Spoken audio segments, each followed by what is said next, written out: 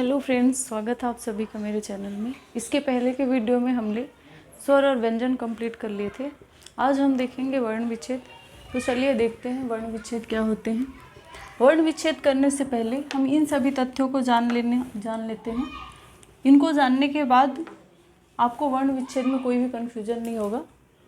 तो पहली बात क्या है, पहले वर्ण विच्छेद होते क्या हैं। पहला तथ्य हमें क्या जानना है, वर्ण विच्छेद होते क्या हैं।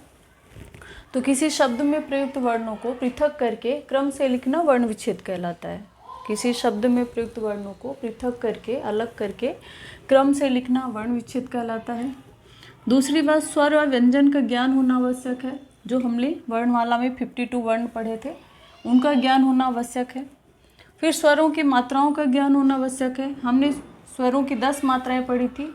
अगर ये व्यंजन में लगती है तो व्यंजन का कैसा स्वरूप होता है, इसका ज्ञान होना आवश्यक है। जैसे हम देख लेते हैं, हमने एक व्यंजन लिया का में अगर अब हम इसमें हम जानते हैं कि इसमें क्या लगा हुआ है, आ छुपा हुआ है। अदृश्य रूप से आ छुपा हुआ होता है। जब हम इसको आ को इससे अलग करते हैं तो क्या करते हैं, इसमें हलंत लगा देते हैं ऐसे। लेकिन बाकी स्वरों की मात्रा, अगर बड़ा आ की मात्रा लग जाएगी इसमें तो क्या स्वरूप होगा, ये ई की मात्रा लगेगी तो कैसा हो जाएगा ये। फिर बड़ी ई की तो ऐसे, ऊ की, बड़ा ऊ, ए की मात्रा लगेगी तो ये कैसे बनेगा, ऐसे। और ए की बनने लगेगी तो ऐसे। ओ की, औ की, ये सभी मात्राएं हो गई। री ऋषि की मात्रा अगर काम में लगेगी तो ये कैसे बनेगा, ये ऐसे। तो ऐसा स्वरूप होता है। अब अगर आपको मात्राओं का ज्ञान है तो वर्ण विच्छेद करने में आसानी होगी। तो ऐसा स्वरूप होता है व्यंजनों का। इसमें किसकी मात्रा लगी हुई है, इसकी आ की, इसमें ई,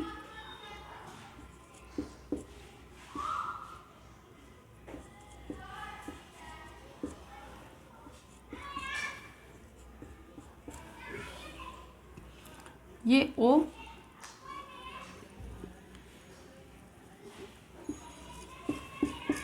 ओ और ओ की मात्रा लगाने पे ऐसा स्वरूप होगा, ये ओ और ये ओ।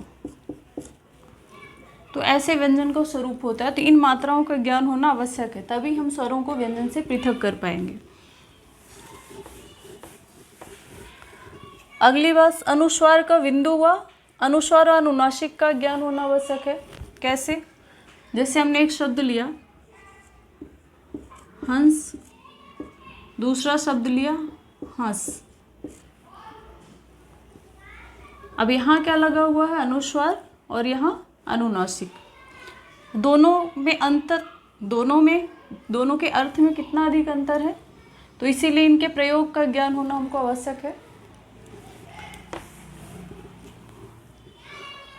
फिर अनुस्वार के बिंदु व व्यंजन के रूप का ज्ञान। अनुस्वार हमने क्या देखा था कि जो पंचमाक्षर होते हैं,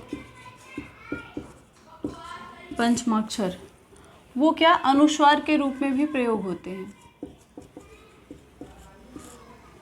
तो पंचमाक्षर अनुस्वार के रूप में कब प्रयोग होंगे और कब वो अनुस्वार ही रहेंगे, इसका ज्ञान होना हमको आवश्यक है। कैसे,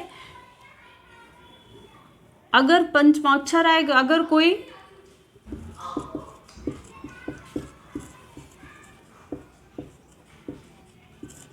जिसके ऊपर अनुस्वार लगा है उसके पहले अगर, उसके बाद अगर स्पर्श व्यंजन आएगा तभी ये पंचमाक्षर में प्रयोग होगा। अतः अगर नहीं आया तो नहीं प्रयोग होगा। कैसे, देख लेते हैं हम एक शब्द लेके। जैसे हमने लिया एक शब्द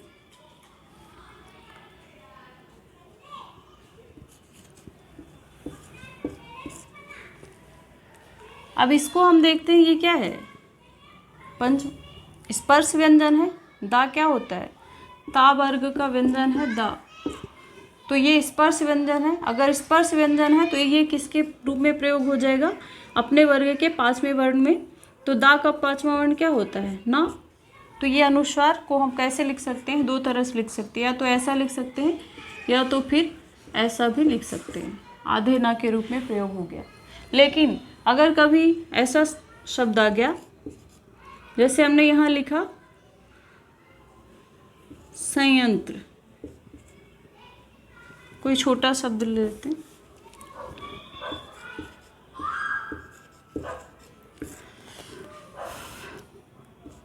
अब इसमें ये क्या आया है, अनुस्वार जिसमें लगा हुआ है उसके बाद वाला वर्ण क्या है, इसको हमने पढ़ा था अंतस्थ व्यंजन है। तो अब यहाँ पे इसको हम दूसरी तरह से नहीं ले सकते, यहाँ पे अनुस्वार पंचमाक्षर में प्रयोग नहीं होगा, ये क्या रहेगा, अनुस्वार के रूप में ही प्रयोग रहेगा। तो कभी भी स्पर्शी व्यंजन, जो स्पर्श व्यंजन हमने पढ़े थे, और अंतस्थ व्यंजन,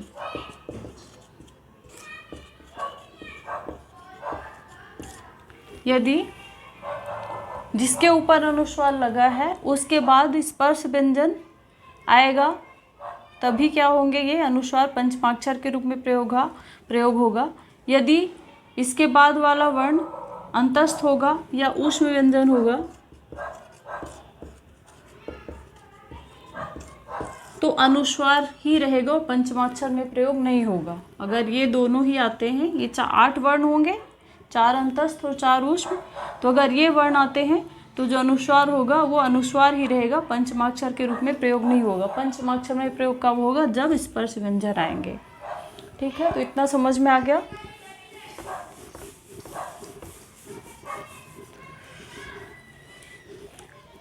अब अगला जो टॉपिक है वो राग के विभिन्न रूपों का ज्ञान होना। राग के विभिन्न रूपों का ज्ञान होना भी वर्ण विच्छेद के लिए आवश्यक है। कैसे, जो ये राग होता है, जैसे हमने एक शब्द लिखा कर्म, यहाँ पे ये रा जो होता है वो स्वर रहित होता है, आधा रा होता है। ठीक है, ये ऐसा होता है। लेकिन अगर हमने लिखा क्रम, यहाँ पे देखने में क्या लग रहा है कि का पूरा है और रा आधा है, जबकि ऐसा नहीं होता। यहाँ पे का जो होता है वो आधा होता है और रा स्वर के साथ आता है, ऐसा हो जाएगा ये। तो ये जो रा होता है ये क्या होता है, पूरा होता है। एक और होता, माँ को भी पूरा कर लीजिए पहले। इसको दूसरी तरह कैसे लिखा जाता है, जैसे ये ऐसा भी आपने लिखा देखा होगा। ये भी रा क्या होता है, पूरा होता है। जो वर्ण जिस वर्ण में ये लगा हुआ होता है वो वर्ण क्या होता है, आधा होता है। कैसे, ये ऐसा होता है।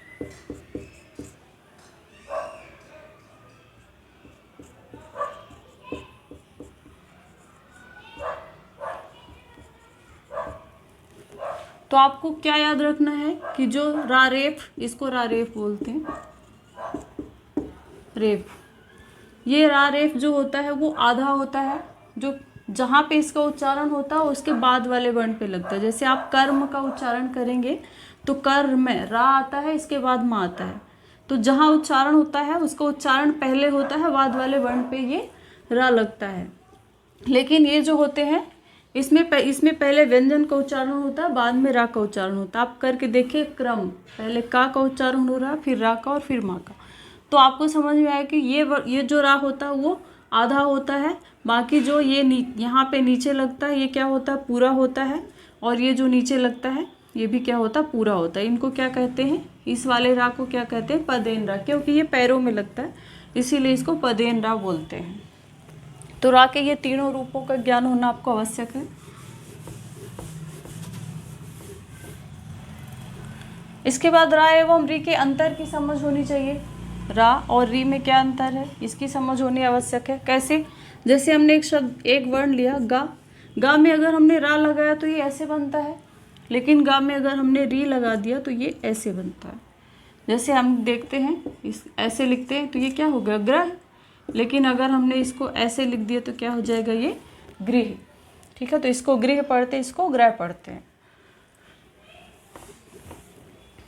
हा के संयुक्त रूपों का ज्ञान।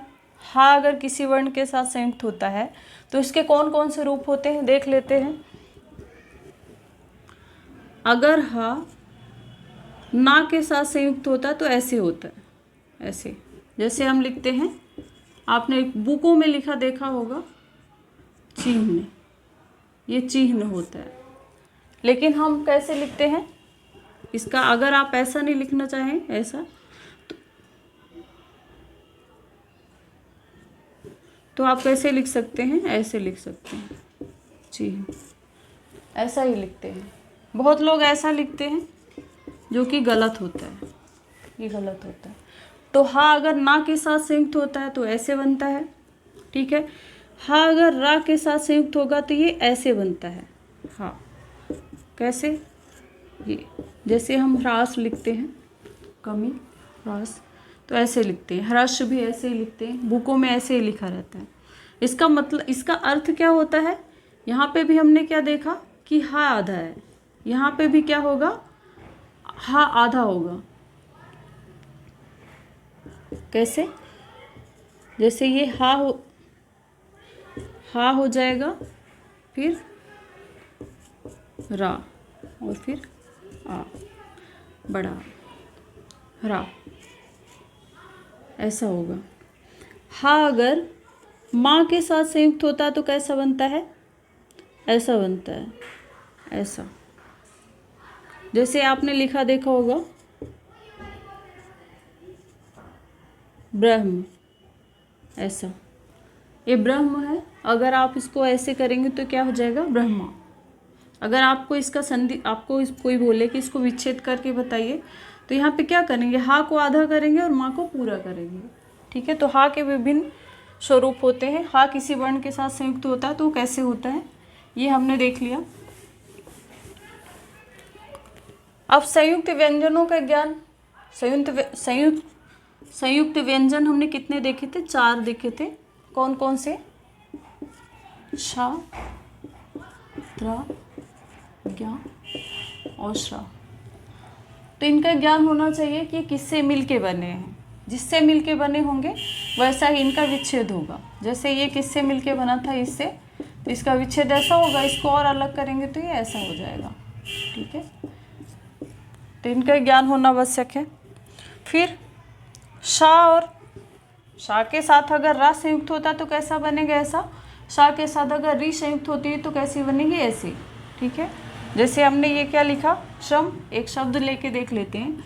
शा के साथ अगर हमने रा को संयुक्त किया तो क्या बनता है, श्रा बनता है। हमने ये संयुक्त व्यंजन में देखा था। ये इसको हम कैसे लिख देते हैं, जैसे श्रम को कोई विच्छेद, वर्ण विच्छेद करने के लिए कह दे तो आप ऐसे करेंगे। लेकिन अगर शा के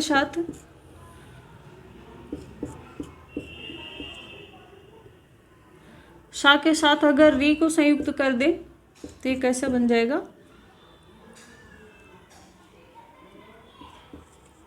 ऐसा। शब्द देख कैसे हम लिखते हैं, जैसे हमने लिखा श्रृंगार।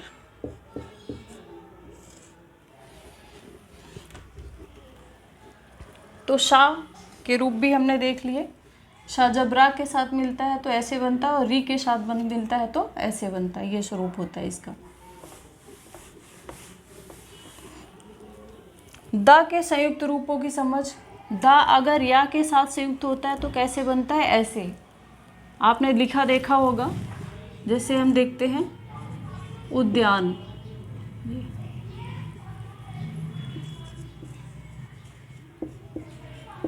ऐसे लिखा। तो इसमें क्या संयुक्त हो रहा है, दा संयुक्त हो रहा है। किसके साथ, या के साथ, ठीक है। दा अगर वा के साथ संयुक्त होता है, दा वा के साथ संयुक्त होता है तो कैसा बनता है, ऐसा बनता है, द्वा। दा अगर रा के साथ संयुक्त होता है, दा, तो ये कैसे बनेगा, ऐसा, द्रा, ठीक है। तो आगे समझ में। अब हम देख लेते हैं वर्ण विच्छेद। तो पहला शब्द हमने क्या लिखा है, लिया है गणेश। देख लेते हैं गा। इसे हम स्वर को, इसमें कौन सा स्वर मिला हुआ है, आ। तो आ को आप अलग कर दीजिए। इसके बाद है रा। रा में क्या मिला हुआ है, स्वर कौन सा है, ए मिला हुआ है, तो ए हमने कर दिया। इसके बाद शा, और इसके बाद अगला शब्द है, इसमें बच्चों को कन्फ्यूजन होता है, इसकी मात्रा इधर घूमी हुई है, इसका मतलब ये नहीं है कि ये व्यंजन के पहले आएगा, क्योंकि स्वर हमेशा व्यंजन के बाद आते हैं, तो ये भी व्यंजन के बाद ही आएगा। पहले क्या आएगा? का आएगा। का में किसकी मात्रा लगी हुई है? ई की। किसकी? कौन सी ई की? इसकी। फिर क्या आएगा? ता में किसकी मात्रा मिली हुई है? आ की। फिर बा में किसकी मात्रा मिली हुई है? आ की। ठीक है। शब्द है, ये बड़ी ई की वाला भी देख लेते हैं। शब्द आएगा गा, फिर ई, ता और आ। इसको देख लेते हैं। चंचल। शब्द क्या है? चंचल। चा के बाद डायरेक्ट ऐसे भी करते हैं स्टूडेंट, ऐसे, ये भी सही है, लेकिन आपको एग्जाम में कैसे पूछा जाता, अगर ऐसा नहीं दिया तो आप क्या देगा? इसका पांचवा वर्ण क्या होता है? यहाँ होता है ये, तो इसको ऐसे देगा। पहले तो स्वर लिखेंगे, चा के बाद आ आएगा, फिर ये आएगा, क्योंकि अनुस्वार हमेशा स्वर के बाद आते हैं। इसके बाद फिर से चा में क्या मिला हुआ है? आ। फिर ला में क्या मिला हुआ है? आ। इसी तरह इसको देख लेते हैं। शा में अनुस्वार लगा हुआ है। अब इसका पांचवा वर्ण हम देखेंगे, क्योंकि ये स्पर्श व्यंजन है। इसका पांचवा वर्ण क्या होता है? अंग होता है, तो ये आएगा। ये अपने मूल रूप में ही आते हैं हलंत के साथ। तो शा के साथ पहले आ गया, इसके बाद ये आया। एग्जाम में ऐसा ही दिया जाता है, ऐसा नहीं दिया जाता कि डायरेक्ट आप ऐसे लिख दें। ठीक है। इसके बाद क्या है? का से आ को अलग कर दीजिए। फिर रा है, रा से भी आ को अलग कर दीजिए। अगला शब्द है संयम। संयम में क्या होगा? सा। अब इसमें क्या होगा? ये ऐसा ही लिखाएगा, क्योंकि ये स्पर्श व्यंजन नहीं है, तो ये ऐसा ही लिखा जाएगा। फिर या से आप आ को अलग कर दीजिए। फिर माँ और आ। ये राष्ट्र, रा में किसकी मात्रा लगी है? आ की। इसके बाद क्या है? शा है। कैसा शा? आधा शा, इसके साथ स्वर नहीं है। फिर क्या आएगा? पहले आएगा टा, फिर रा आएगा पूरा, ये रा। इसी तरह इसको देख लेते हैं। सबसे पहले आएगा का कैसा आएगा? स्वर रहित, आधा। इसके बाद क्या आएगा? रा कैसा आएगा? पूरा। इसके बाद माँ में किसकी मात्रा लगेगी? ई की। फिर का में इसके बाद आ। ये भी ऐसे ही आएगा। पहले टा के बाद रा पूरा आएगा, फिर का से आ को अलग कर दीजिए। ये अर्ध। अब देखने में क्या लग रहा है कि यहाँ पे दा जो है पूरा है और धा आधा है, जबकि ऐसा नहीं है। पहले आएगा आ के बाद क्या आएगा? रा अर्ध। अब बोल के देखिए, पहले रा का उच्चारण हो रहा है। अब ये जो रा रेफ होता है वो कैसा होता है? आधा होता है, तो ये ऐसा आएगा रा। इसके बाद क्या आएगा? दा किस में संयुक्त हो रहा है? धा में। धा कैसा आएगा? पूरा आएगा। ठीक है। तो ये भी आधा, ये भी आधा, और ये दोनों पूरा, और ये तो स्वर ही है। ये भी देख लेते हैं। पा में कौन सी मात्रा मिली हुई है? आ, तो आ को अलग कर दीजिए। फिर है ता से किसको अलग करेंगे? ता किससे मिलके बना है? ता और रा से, तो ये रा। इसके बाद आ। ये है गद्यांश। शब्द है गा, वर्ण है पहला गा में क्या मिला हुआ है? आ, तो आ को अलग कर दीजिए। फिर क्या? दा किससे संयुक्त हो रहा है? या से, तो ये दा हो गया। फिर या यहाँ पे पूरा होगा,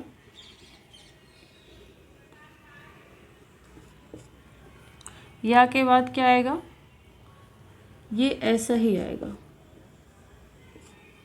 क्यों? क्योंकि यहाँ पे कोई स्पर्श व्यंजन नहीं है। फिर शा आएगा और शा से आ अलग हो जाएगा। ये चिन्ह ये बता चुके हम। चा, चा में ई की मात्रा मिली हुई है। फिर हा आएगा, फिर ना और आ। चिन्ह, चिन्ह बोलते, चिन्ह नहीं, चिन्ह। ये हा के साथ री संयुक्त हो रहा, तो ये हा हो जाएगा, हा, फिर री। दाग में किसकी मात्रा लगी है, आ की, फिर या और आ। तो आज हमने पढ़ लिया वर्ण विच्छेद। अगर आपने वर्णमाला नहीं पढ़ी है तो आप प्लेलिस्ट में जाकर वीडियो देख सकते हैं। अगली क्लास में मिलते हैं, अगली क्लास में। तब तक आप अच्छे से पढ़ते रहिए। Thank you so much.